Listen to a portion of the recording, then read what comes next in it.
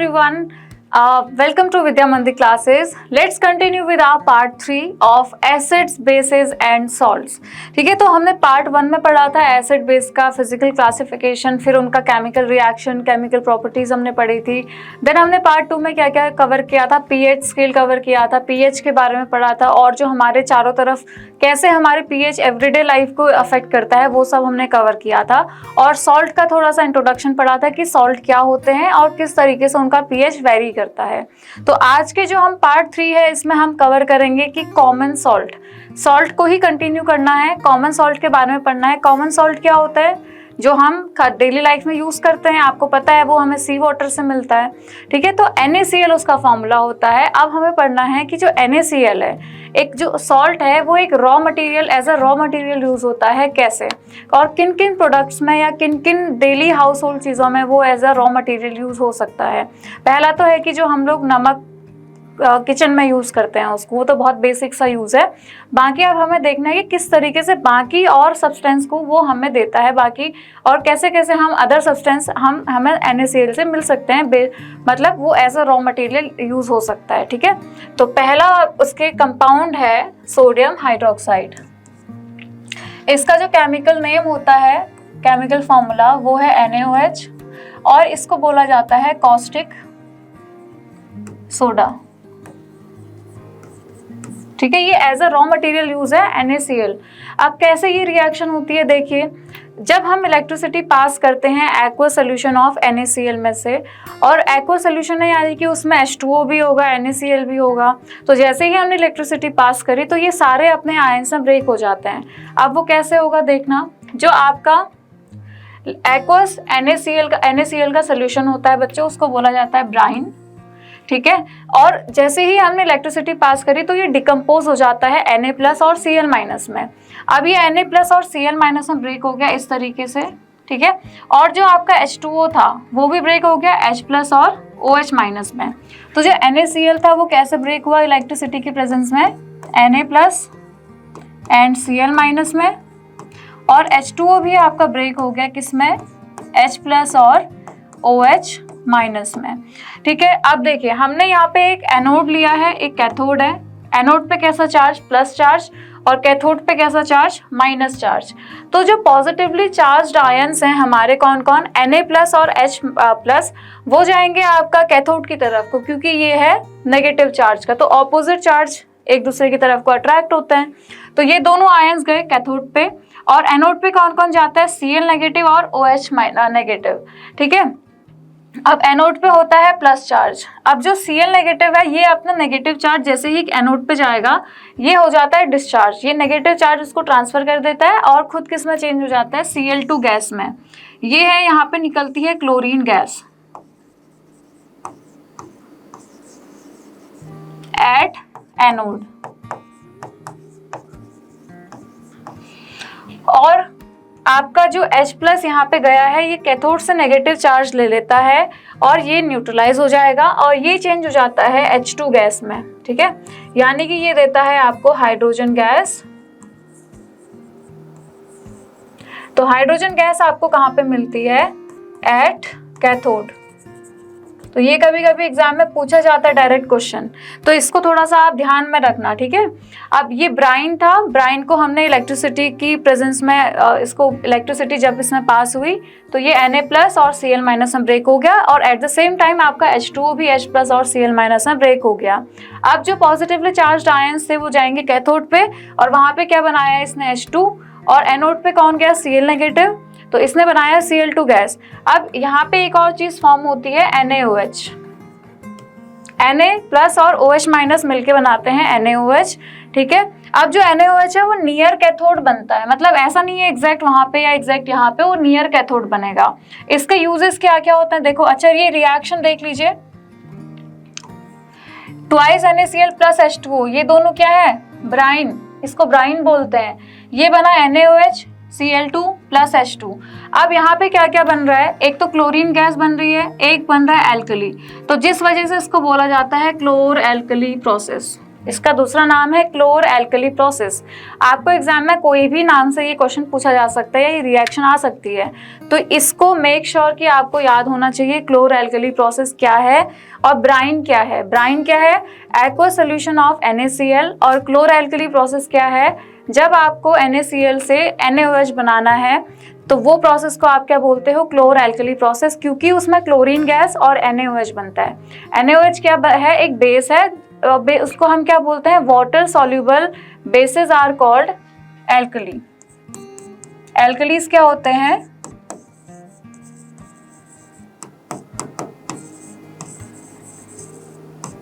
Water soluble bases are called alkali. तो NaOH जो है वो वाटर सॉल्यूबल है, तो इसको बोला जाता है एल्कली। इसीलिए इस प्रोसेस का नाम है बच्चों क्लोर एल्कली प्रोसेस। अब यहाँ पे इसके कुछ यूज दिए हुए हैं NaOH के। देखो, जो बाई प्रोडक्ट बने हैं इनको हम वेस्ट नहीं होने देंगे, इनका भी कुछ ना कुछ यूज है। और वैसे ही NaOH जो कि मेन प्रोडक्ट था उसका भी कुछ ना कुछ यूज है। यूज क्या है? डिग्रीजिंग मेटल्स, सोप एंड डिटर्जेंट्स बनाने में, paper making, artificial fibres. H2 का यूज क्या है? देखो, H2 आजकल fuel as a fuel use हो रहा होगा, यूज हो रहा है, आपको ये पता होगा, आपके नॉलेज में होगा। अमोनिया, मार्गेराइन, तो ये सारी चीजें करने के लिए H2 का हम यूज करते हैं। अब Cl2 का यूज कहाँ कहाँ करते हैं? वाटर ट्रीटमेंट में, स्विमिंग पूल्स में, और आपके CFCs में, पेस्टिसाइड्स में, डिसइंफेक्टेंट्स में। तो इन सब में Cl2 का यूज किया जाता है। तो इन तीनों प्रोडक्ट्स का बहुत ज्यादा यूज है अपना अपना। अब जो ये Cl2 गैस है ना, इसका एक और यूज है। इसका यूज क्या है? देखिए, ब्लीचिंग पाउडर, ठीक है, ब्लीचिंग पाउडर का नाम सुना होगा सबने, है ना। इसका फॉर्मूला होता है CaOCl2 और इसको बोलते हैं कैल्शियम हाइपोक्लोराइट। इसका एक और नाम है कैल्शियम हाइपोक्लोराइट या कैल्शियम ऑक्सीक्लोराइड इसका नाम है। अब देखिए, जैसे जो ब्लीचिंग पाउडर कैसे प्रोड्यूस होता है? By the action of chlorine on dry slaked lime. आपने ये देखा होगा, ये जो ये क्लोरीन गैस प्रोड्यूस हुई, इसका यूज हम यहाँ पे कर सकते हैं, कंटिन्यू कर सकते हैं। अब आपने CaOH होल ट्वाइस को Cl2 से पास करवा दिया, तो ये क्या बन जाता है? CaOCl2 plus H2O। तो फर्दर कंटिन्यूएशन में ये प्रोसेस हो गई है, तो आपने वो उस बाई प्रोडक्ट का यूज यहाँ पे कर दिया, ठीक है। तो ये है आपका ब्लीचिंग पाउडर। अब ब्लीचिंग पाउडर का यूज क्या क्या होता है तो सबको पता ही होता है, ब्लीच करने के लिए, है ना। पल्प पेपर इंडस्ट्री, बहुत जगह पे इसका यूज है। अगला है आपका बेकिंग सोडा। बेकिंग सोडा सबने नाम सुना है, क्या होता है? किचन में यूज होता है, सबके हाउस होल्ड पर्पज से किचन में यूज होता है। तो इसका मेन यूज कहाँ पे होता है? इसका यूज होता है जो डो है उसको राइस करने में, फ्लफी बनाने में, स्पॉन्जी बनाने में, पकौड़ा या ये सारी चीजें जो बनाते हैं इनको क्रिस्पी बनाने में, है ना। तो यहाँ सारी जगह इसका यूज होता है बेकिंग सोडा का। अब इसका नाम है सोडियम हाइड्रोजन कार्बोनेट, या आप बोलो NaHCO3, सोडियम हाइड्रोजन कार्बोनेट। इससे पहले हमने बहुत पढ़ा था इसका नाम, तो अब आ गया। देखो, ये होता है mild non corrosive basic salt, यानी कि इसको हम कैसे यूज कर सकते हैं? As a antacid. As a antacid हम इसको यूज कर सकते हैं, क्योंकि बेसिक सॉल्ट है, नॉन कोरोसिव है, तो कोई नुकसान भी नहीं करेगा, एडिबल है। जो एडिबल एसिड्स या बेसिस है ना, आप उनको यूज कर सकते हो खाने के लिए, अदरवाइज मतलब एडिबल है वो ज़्यादा हार्मफुल नहीं होंगे, ठीक है। बाकी जो अदर एसिड्स या बेसिस होते हैं वो हार्मफुल होता है, तो आप उनको कंज्यूम नहीं कर सकते हो। अब देखो ये कैसे बनता है NaHCO3। NaCl आपने लेना है, H2O, CO2 और NH3। NaCl plus H2O plus CO2 plus NH3, इनकी प्रेजेंस में ये सारे रिएक्शन करके क्या देते हैं आपको? NH4Cl plus NaHCO3। तो ये बन गया आपका सोडियम हाइड्रोजन कार्बोनेट, और ये है आपका अमोनियम क्लोराइड। ये आपको बाय प्रोडक्ट मिला है, इसका भी यूज होता है बट अभी आपको नहीं देखना है वो। तो अभी आपको बस इतना देखना है इस रिएक्शन में क्या क्या मिला। तो यहाँ से आपको मिल गया सोडियम हाइड्रोजन कार्बोनेट, ठीक है। अब देखो, अब जब आप इसको हीट करते हो ना, तो कौन सी रिएक्शन होती है वो हम यहाँ पे देखते हैं। जब NaHCO3 हीट होता है, जैसे ही आप इसको हीट करते हो तो हीट करोगे तो क्या होगा, ये बन जाता है Na2CO3 plus H2O plus CO2, ये। और यहाँ पे जो गैस रिलीज हो रही है वो है कार्बन डाइऑक्साइड। आपको पता है जो गैस होती हैं उनकी टेंडेंसी क्या होती है, एस्केपिंग टेंडेंसी, वो हमेशा चाहती हैं एस्केप करना। मतलब अगर कोई भी रिएक्शन मिक्सचर आपको गिवन है, वहाँ पे कोई गैस रिलीज हो रही है, तो वो क्या करेगी, एस्केप होना चाहेगी, मतलब ऊपर उड़ना चाहेगी। तो धीरे धीरे जैसे जैसे वो ऊपर आता है तो डो को भी राइज करते जाता है, जिसकी हेल्प से वो स्पॉन्जी और आपका जो डो होता है वो राइज हो जाता है, तो क्रिस्पीनेस आती है वहाँ पे, ठीक है। और ये इसको बेटा इसका नाम है सोडियम कार्बोनेट।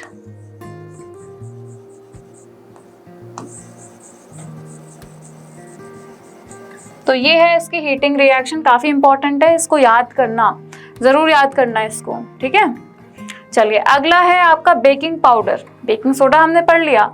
हमारे किचन में एक और प्रोडक्ट होता है बेकिंग पाउडर। अब इन दोनों में बहुत बेसिक सा डिफरेंस होता है, ठीक है। इन बहुत बेसिक सा डिफरेंस क्या है, जो बेकिंग सोडा है उसको आपने मिक्स करना है कोई एडिबल एसिड के साथ। कोई एडिबल एसिड क्या क्या हो सकते हैं, जैसे टार्टरिक एसिड है, तो ये सारे एसिड क्या होते हैं, एडिबल एसिड्स होते हैं। तो आपने जब बेकिंग सोडा को कोई एडिबल एसिड के साथ मिक्स किया तो वो क्या बन गया आपका सोडियम सॉल्ट ऑफ एसिड, ठीक है, H2O प्लस CO2। तो यानी कि इसको हम बोलते हैं क्या, बेकिंग पाउडर।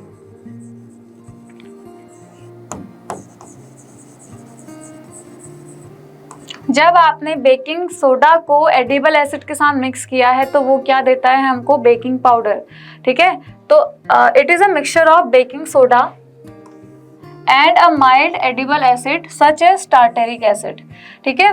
तो जब हम इसको बेकिंग पाउडर जब हीट होता है तो क्या क्या रिएक्शन होती है, देखो सेम ही रिएक्शन है, CO2 यहाँ पे भी रिलीज हो रहा है, वहाँ पे भी सॉल्ट वहाँ पे भी बन रहा था, यहाँ पे भी बन रहा है, तो सेम ही रिएक्शन है। तो ज़्यादा डिफरेंस नहीं है दोनों में। बेकिंग सोडा क्या है, सोडियम हाइड्रोजन कार्बोनेट, और बेकिंग पाउडर क्या है, जब आपने बेकिंग सोडा को कोई एडिबल एसिड के साथ मिक्स कर दिया तो वो क्या देता है आपको, वो आपको देता है बेकिंग पाउडर देता है, ठीक है। तो दोनों में बहुत माइनर सा डिफरेंस है जो आपको याद करना है। और जो आप एडिशनल एसिड मिला रहे हो ना बेकिंग सोडा में, उसको बेकिंग पाउडर में बनाने के लिए, वो हमेशा माइल्ड होना चाहिए, वो बहुत ज़्यादा ऐसा नहीं होना चाहिए कोरोसिव है, तो वो माइल्ड ही होना चाहिए। तो ये कंडीशन है, ठीक है। उसके बाद है बच्चों वॉशिंग सोडा। अच्छा, इसका तो किचन में यूज़ होता है बहुत जगह पे, ये सारे यूजेज आपको पता है। अब है वॉशिंग सोडा, ठीक है। देखो जो हमने अभी पढ़ा था ना, जो ये मिला था हमें सोडियम कार्बोनेट, इसका हमें कहाँ पे यूज़ करना है, सोडियम कार्बोनेट का आपको कराना है रिक्रिस्टलाइजेशन। अब ये रिक्रिस्टलाइजेशन शब्द क्या है, कंफ्यूज कर रहा होगा सबको। तो रिक्रिस्टलाइजेशन का मतलब है उसको वाटर की प्रेजेंस में क्या करवाना है, हमें रिएक्शन करवानी है, तो वो वाटर के साथ ऑटोमेटिकली बॉन्ड बनाएगा। बॉन्ड मतलब एक फिजिकल बॉन्ड होता है, it's not like a chemical bond. तो वो एक वाटर मॉलिक्यूल के साथ अटैच हो जाता है 10 वाटर मॉलिक्यूल के साथ, तो वो बनाता है Na2CO3 डॉट 10H2O। ये तो ये क्या है, वॉशिंग सोडा।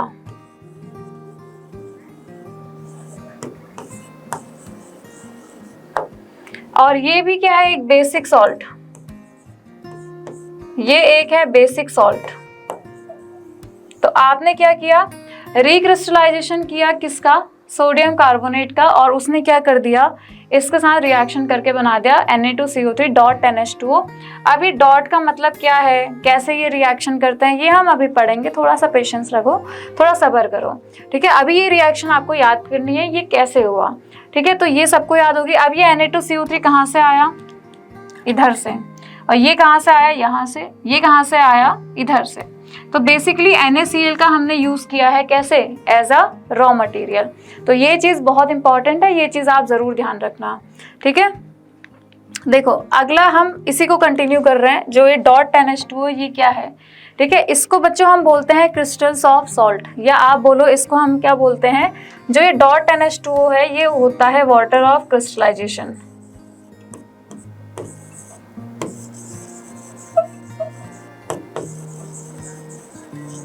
अब वाटर ऑफ क्रिस्टलाइजेशन क्या है, क्या ये वाटर जो वाटर मॉलिक्यूल हैं, क्या ये सॉल्ट को मॉइस्ट बनाते हैं, क्या ये उनको वेट ड्राई बनाते हैं? तो ये होता क्या है, चलो हम देखते हैं यहाँ पे।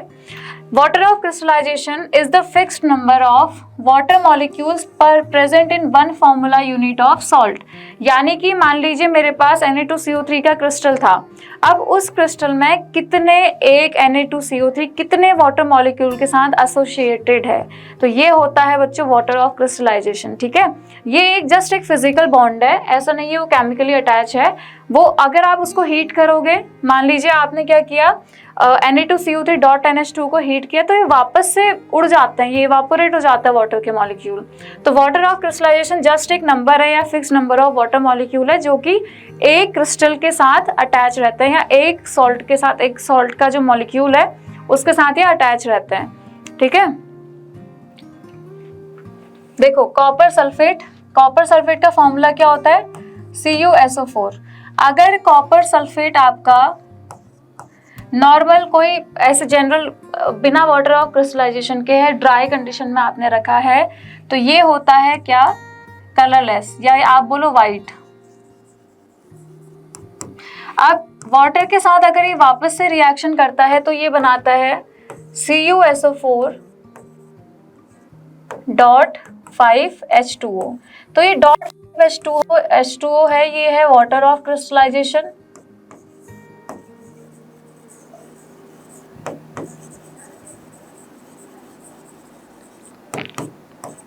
और ये क्या है, इस सब इनका कलर होता है ब्लू।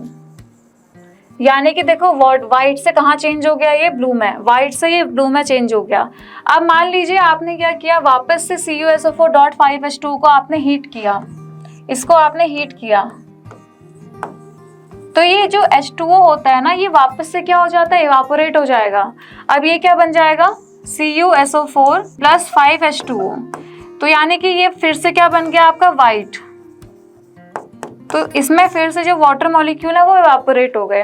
और देखो अब आप इसको फिर मॉइस्चर की प्रेजेंस में रखोगे तो ये वापस से क्या दे देगा आपको, ये CuSO4.5H2O जिसका कलर होता है ब्लू। तो ये रिएक्शन होती है रिवर्सिबल। तो थोड़ा सा हीट की प्रेजेंस में आपने थोड़ा सा अगर हीट दी है, इसको हीट किया मिक्सचर को, तो जो वाटर ऑफ क्रिस्टलाइजेशन के मॉलिक्यूल्स हैं ये इवापोरेट हो जाते हैं। अब एक अच्छी बात ये है, इसमें एक ध्यान देने वाली बात ये है बच्चों कि अगर कोई भी क्रिस्टल है या कोई भी सॉल्ट है, उसमें जो number of water of crystallization होते हैं वो फिक्स होते हैं। अभी आपने Na2CO3 का एग्जाम्पल पढ़ा था, उसमें 10 वाटर ऑफ क्रिस्टलाइजेशन थे। आपने कॉपर सल्फेट पढ़ा, इसमें 5 वाटर ऑफ क्रिस्टलाइजेशन है। अब आप अगला एग्जाम्पल देखेंगे, plaster of Paris. Plaster of Paris क्या होता है, कभी जब प्लास्टर लगता है हाथों में या पैरों में, कभी हाथ पैर की हड्डी टूट गई तो उसमें जो प्लास्टर लगता है या जो फॉल सीलिंग के काम आता है, घरों पे जो आप पुट्टी करते हो, फॉल सीलिंग जो होती है उसमें जो भी पाउडर यूज होता है ना, उसको बोलते हैं प्लास्टर ऑफ पेरिस। वो प्लास्टर ऑफ पेरिस है।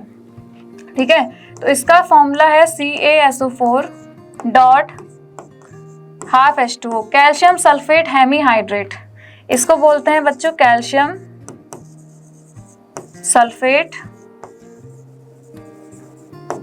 हेमीहाइड्रेट।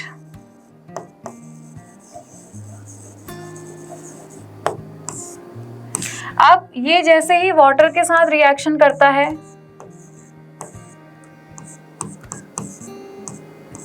वन 1/2 में लिख रही हूं, तो ये बनाता है CaSO4.2H2O और इसको बोलते हैं जिप्सम।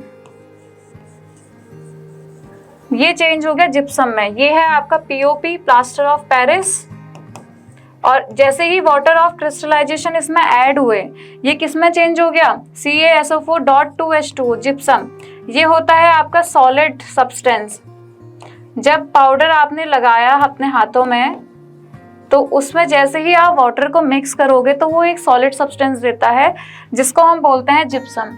अगर आपने जिप्सम को हीट किया, मान लीजिए आपने CaSO4.2H2O को आपने हीट किया अप्रॉक्सीमेट 150 डिग्री सेल्सियस पे,